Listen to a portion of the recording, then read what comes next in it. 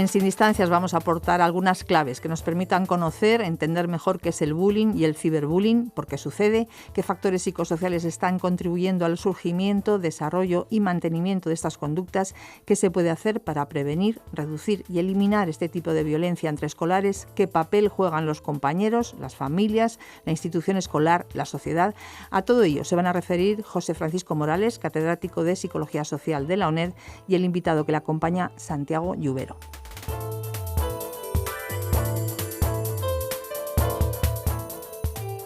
Buenos días a todos. El programa de hoy se centra en las perspectivas psicosociales sobre bullying y ciberbullying. Los informes sobre conductas de acoso escolar o bullying se han incrementado en los últimos tiempos. De ahí el interés de establecer un diálogo con uno de los psicólogos que más intensamente se han dedicado a su estudio. Y este no es otro que el profesor Santiago Lluvero. Buenos días, profesor Lluvero. Hola, buenos días. Nuestro invitado al programa de hoy es en la actualidad decano de la Facultad de Ciencias de la Educación y Humanidades de la Universidad Castilla-La Mancha en Cuenca. Licenciado en Psicología y en Ciencias de la Educación por la Universidad Complutense de Madrid, obtuvo el título de doctor en la misma universidad. Profesor invitado en la Universidad de Massachusetts, Boston, en el Goldsmiths College de Londres, con el profesor Peter Smith, que es uno de los mayores expertos en esta cuestión. El profesor Lluvero ha sido experto invitado por el Ministerio de Educación de Argentina y por la Universidad de Paso Fundo de Brasil. Es director de un grupo de investigación consolidado que lleva el nombre de Psicología, Educación y Lectura, y que está centrado en el estudio de las variables psicosociales que inciden en los procesos educativos y en el desarrollo de materiales e instrumentos para la intervención psicosocial. Ha investigado intensamente, como ya hemos dicho, diversos aspectos del bullying y del ciberbullying y también factores relacionados con estos comportamientos, por ejemplo, género, comunicación familiar, comunicación online, mediación parental y victimización, desconexión moral, entre otros. Sobre estas cuestiones ha publicado en torno a una veintena de artículos en revistas de impacto nacionales e internacionales. Destacan igualmente en este sentido numerosos libros de los que vale la pena citar los siguientes: El acoso y su prevención, publicado por Biblioteca Nueva el año 2013, Cyberbullying Across the Globe, es decir, ciberbullying alrededor del globo, editado por la editorial Springer en 2016, y La violencia en las relaciones humanas, publicado por el Servicio de Publicaciones de la Universidad de Castilla-La Mancha este mismo año de 2017. Ha sido investigador principal de varios proyectos financiados dentro del marco de proyectos de I+D+I del Ministerio de Educación. Conversaremos con el profesor Lluvero sobre los aspectos más estrictamente psicológicos del bullying y del ciberbullying. Para empezar, me gustaría hacer una breve introducción que considero necesaria. Esta introducción se basa en mensajes que he podido recoger de dos medios distintos de comunicación, en concreto radio y prensa escrita, aunque recogidos casi por azar, encierran interés, según creo, para nuestro programa de hoy. El primer mensaje proviene de un coloquio sobre bullying emitido por una cadena de radio de ámbito nacional. En este programa participaban profesores, periodistas, algunos políticos relacionados con la educación y una psicóloga.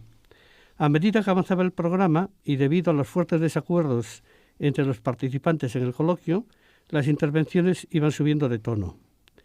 No solo explicar qué es el bullying, sino señalar sus causas y consecuencias, era objeto de controversia y debate. El desacuerdo alcanzaba su cota máxima con respecto a si se debe o no se debe intervenir para prevenir el bullying y sobre el papel que eventualmente corresponde a las autoridades educativas en esta cuestión. Entre todas las voces, una destacaba por su vehemencia. Era la de una persona que ocupaba un importante cargo político relacionado con la educación. Defendía en esencia que el bullying no debería ser objeto de atención por parte de los medios de comunicación. Criticaba, por tanto, el que se estuviese emitiendo el programa en el que ella misma participaba. El bullying, decía, siempre ha existido y siempre existirá. Es algo intrínseco al proceso educativo y si ocurre, como realmente ocurre, dentro de los muros del centro escolar, es ahí donde debe quedar confinado. Concluía diciendo: el bullying es cosa de chicos.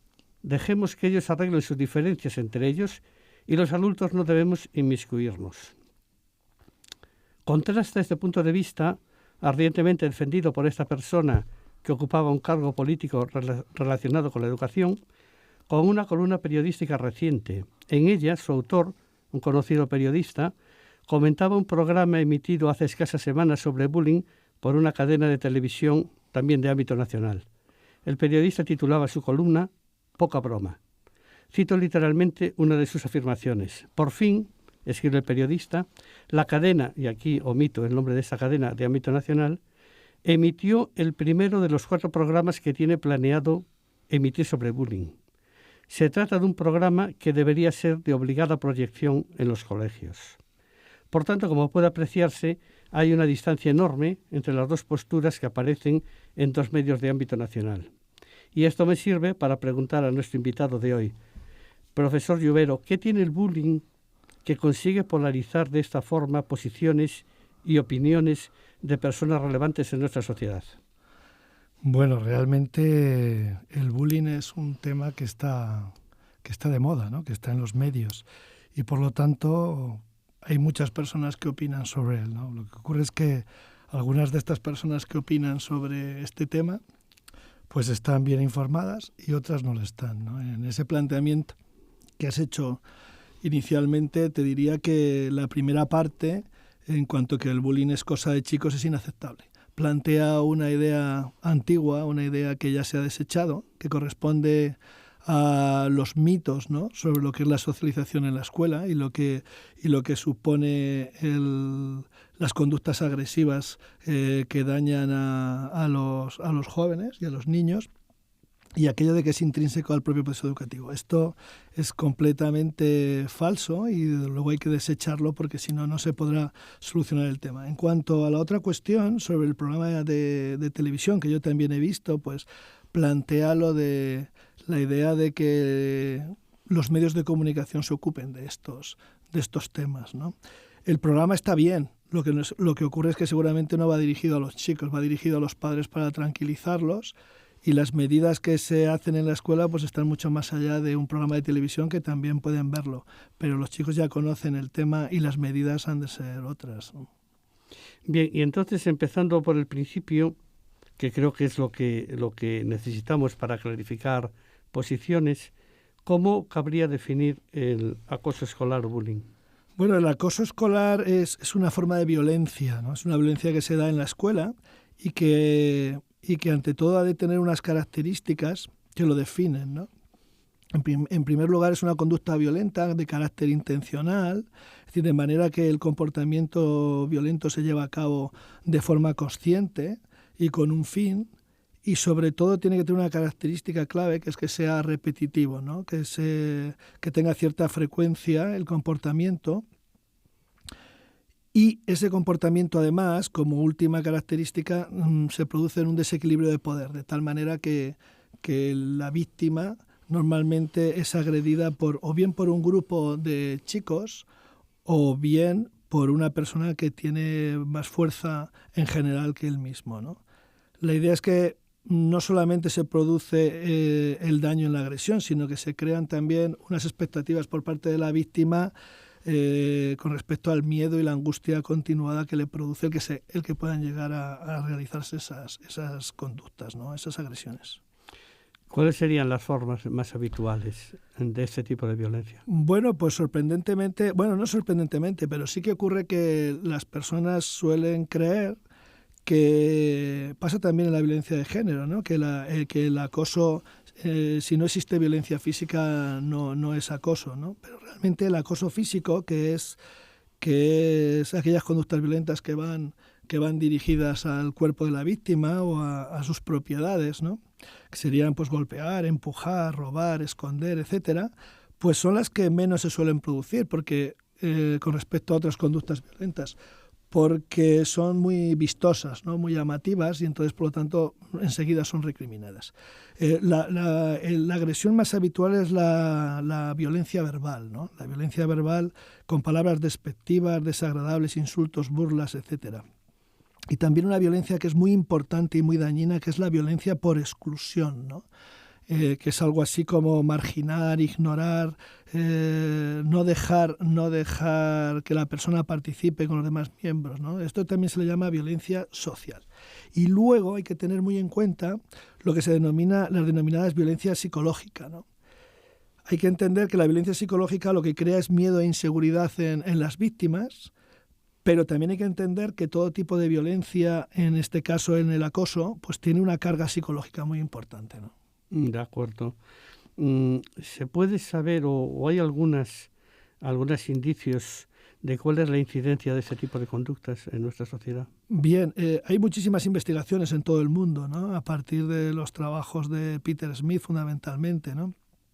La idea es que depende mucho, los resultados dependen mucho de los criterios que se utilizan para medir, ¿no? Tanto de los instrumentos para recoger los datos como a la hora de analizarlos, ¿no? ¿Qué criterio se sigue? En general, se está más o menos de acuerdo en que la prevalencia de la victimización está entre un 2% y un 10%, ¿no? Y que los casos de víctimas repetitivas e intensas estarían en torno al 1%. Esto es lo que se considera más o menos normal. Lo que sí ocurre es que muchas personas piensan que este tipo de violencia solo se da en la adolescencia, ¿no? Pero los estudios ya nos hablan de violencia en infantil, desde muy pequeños, y también de violencia a nivel universitario, ¿no? Es decir, eso también hay que tenerlo en cuenta. Uh-huh. A veces en las aulas y centros educativos en general se ha apodado con calificativos despectivos a aquellos que eran diferentes. Entonces, ¿se puede hablar de un aumento o un repunte del bullying en la actualidad? Bueno, es cierto que el bullying siempre existió, ¿no? Y que siempre se ha apodado con calificativos diferentes despectivos a las personas que se consideraban diferentes. Lo que ocurre es que el bullying realmente se crea como tal o se conceptualiza como tal a partir de los trabajos de Olweus en 1973, ¿no? Aunque él habla que se trata de moving escolar, ya en 1978 se define el término moving, ¿no? Y claro, el término bullying. Y a partir de esa definición es cuando empiezan a hacerse trabajos más vinculados, ¿no? Vamos a ver, la clave de este tipo de conductas tiene que ver con cómo lo perciben las víctimas, ¿no? La víctima percibe la agresión como un hecho dañino y es quien tiene que definir si la conducta es acoso o no es acoso, ¿no? No sé si hay un repunte de esa violencia. Lo que sí se puede decir es que ahora hay más preocupación, ahora hay más sensibilización al respecto, y también tengo que decir que no hay que olvidar que vivimos en un mundo individualista y competitivo, que además se han masificado los centros escolares y que estas son algunas de las consecuencias, ¿no? que estamos viviendo. ¿Cabe hablar de perfiles de víctimas y acosadores? Bueno, esta pregunta que me haces es una pregunta muy sensible, ¿no? Hay algunos investigadores y especialistas entre los que nos encontramos nosotros que nos negamos, ¿no? Nos negamos a hablar de perfiles de víctimas y de acosadores. Incluso te diría que las familias con hijos víctimas de acoso también se niegan a hablar de perfiles. Y yo creo que hay que seguir esa línea, ¿no? Y hay que hablar más de factores de riesgo, ¿no? Los factores de riesgo son claves porque el bullying es un fenómeno contextual y social. Y bueno, me recuerda mucho al efecto Lucifer de Zimbardo, ¿no? Al peso que puede tener en un determinado momento el contexto de nuestros comportamientos, ¿no? Y en este sentido, al hablar de factores de riesgo, pues tendríamos que hablar de factores de riesgo a nivel escolar, ¿no? En el que se incluye el clima o se incluye la propia estructura del centro, ¿no? Hay muchos lugares que son ciegos, ¿no? Donde se pueden realizar estas conductas y pasen desapercibidas, ¿no? También de las políticas educativas, ¿no? Porque las políticas educativas son claves, el nivel de participación de los alumnos, lo que es la cooperación, que luego hablaremos, y por supuesto de las estrategias anti-bullying que lleva el centro, ¿no? Que esos son claves. Aún así, hay autores que basados en datos estadísticos pues hablan de perfiles, ¿no?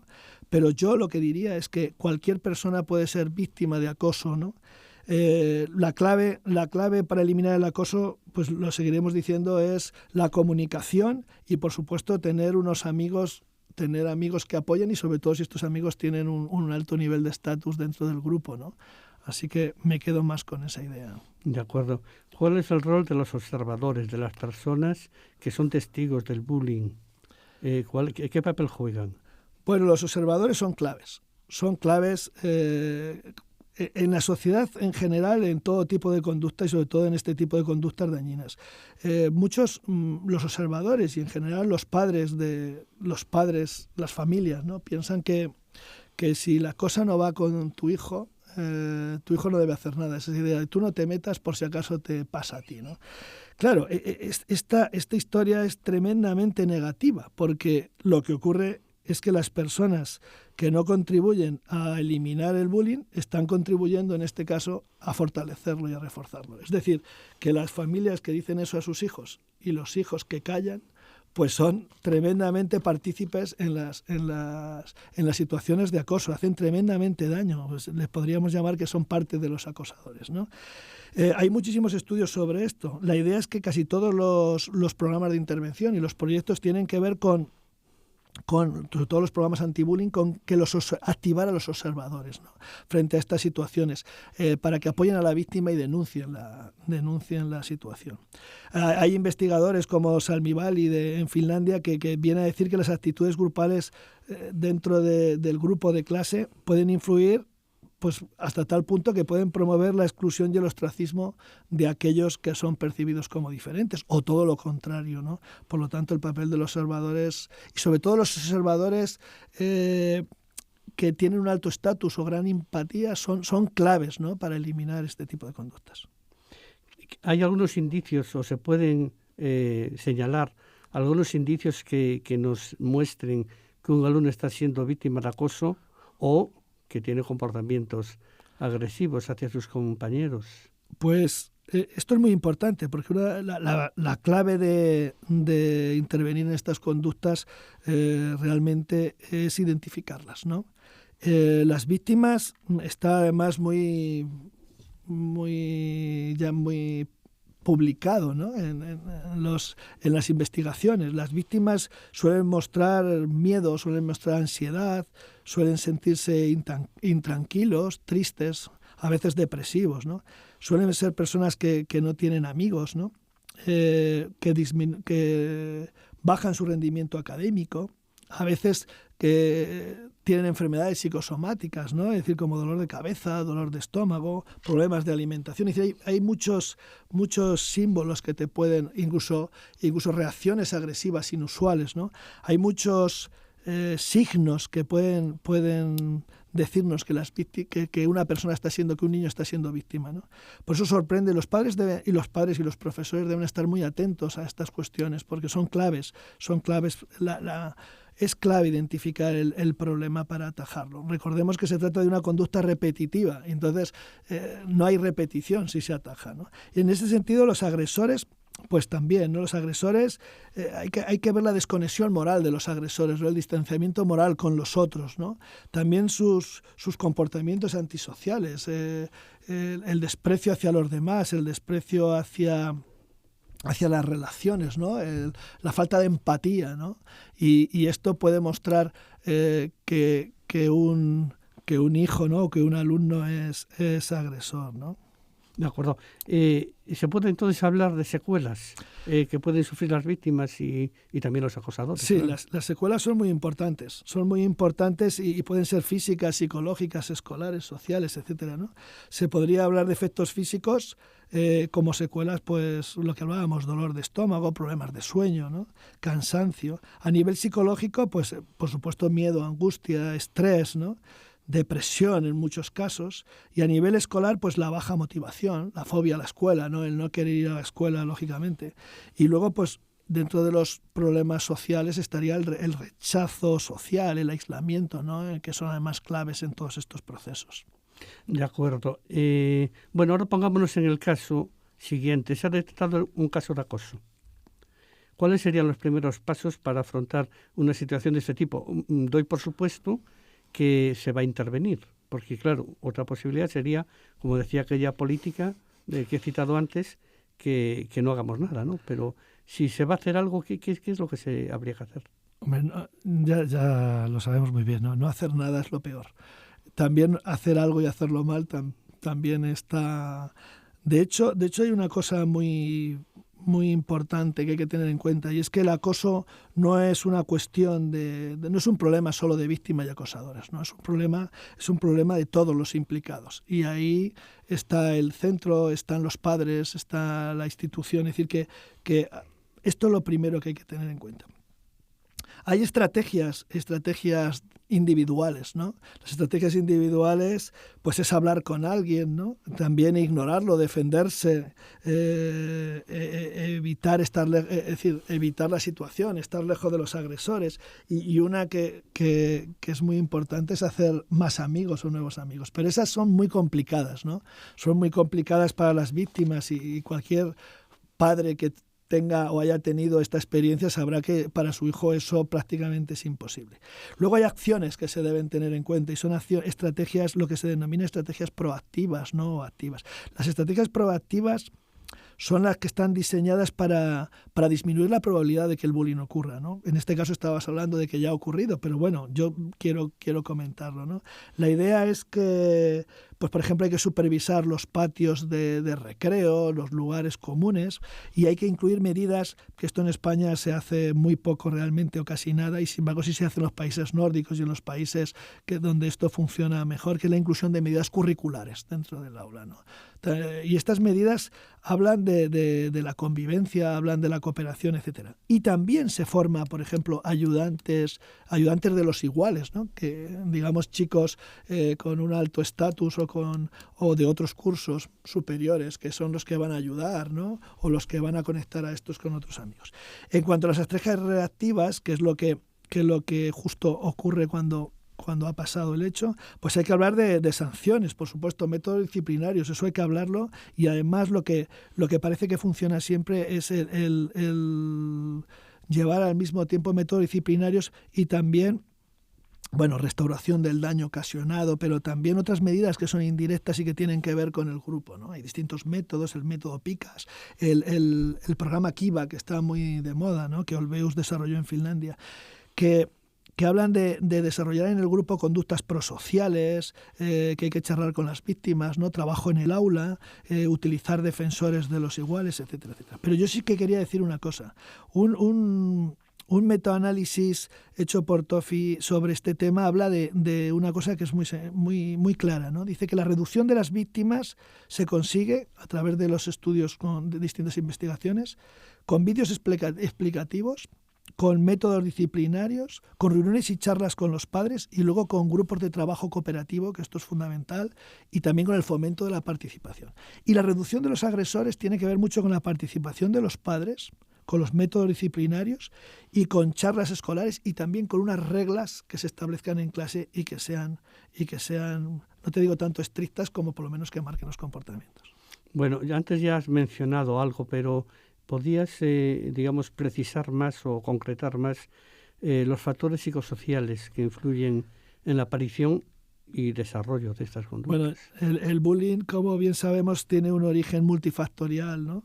Y es de carácter psicosocial. Entonces, son conductas violentas que se desarrollan dentro de los grupos, y por lo tanto hay que analizar los factores que tienen relación con ese comportamiento grupal. Algunos de ellos son, pues, la identidad grupal, la cooperación, el liderazgo, el clima escolar, ¿no? Por supuesto, el contexto cultural con los valores y creencias, y incluso yo diría, bueno, por supuesto, la socialización familiar, ¿no? Pero yo hablaría también de la representación social en cuanto a la condescendencia de utilizar este tipo de violencia proactiva, ¿no? O instrumental para conseguir cosas, ¿no? Y que vemos constantemente en la sociedad, ¿no? De acuerdo. Bueno, dando un paso un poquito hacia otra área, ¿qué caracteriza el acoso a través de las TIC? Explícanos qué es eso de las TIC a nuestros oyentes. Bueno, las TIC son las tecnologías, ¿no? Son las nuevas tecnologías, que ya no son tan nuevas, ¿no? La idea de que es lo que se denomina el ciberacoso o ciberbullying, ¿no? Realmente es considerado como una forma de acoso, ¿no? Tiene algunas características comunes con respecto al acoso tradicional, y luego tiene unas características que lo hacen específico. La clave de las nuevas tecnologías del acoso a través de las nuevas tecnologías, que presenta unas características diferenciales que son claves. Por ejemplo, la persona que las hace tiene que tener conocimientos tecnológicos, que se trata de una agresión indirecta, de tal manera que tú no tienes cara a cara a la persona, y esto te lleva a que tú no ves la reacción de la víctima, con lo cual se produce ahí un anonimato que además potencia esto. Es clave, por ejemplo, el tamaño de la audiencia potencial. Y aquí sí que se plantea la idea de repetición. No hace falta con que una vez mandes un mensaje, y eso es todavía mucho más grave, esto se repite a través del tiempo, ¿no? Y por supuesto habría que analizar también que es muy difícil escapar al ciber, ¿no? Porque no hay lugar para esconderse. Es decir, el ciberacoso que nos llega y que cada vez aumenta es muy problemático, ¿no? De acuerdo. Profesor Llovero, podríamos estar hablando aquí de esta cuestión tan apasionante mucho tiempo, pero bueno, tenemos limitaciones de tiempo, como es natural. Y yo solo quería, aparte de darles las gracias por su magnífica intervención, que nos diese unas pinceladas de dónde nuestros oyentes podrían ampliar todos estos conceptos.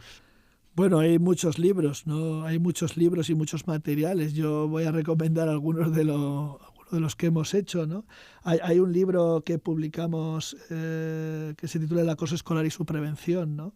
Con algunos de perspectivas internacionales, con algunos de los autores que trabajan en Europa y en Estados Unidos sobre el tema. Yo creo que es de gran interés porque es muy aplicado, que está editado en Biblioteca Nueva, ¿no? y que lo hacemos con el profesor Peter Smith, que diría que ahora mismo es un referente en todo el mundo. Y acabamos de sacar un libro que se llama La violencia en las relaciones humanas, contexto y entornos protectores del menor, que se ha hecho en colaboración con Aldeas Infantiles SOS, y que yo creo que aporta también una visión práctica y aplicada de este tema. De acuerdo, pues muchísimas gracias por su colaboración. Muchas gracias.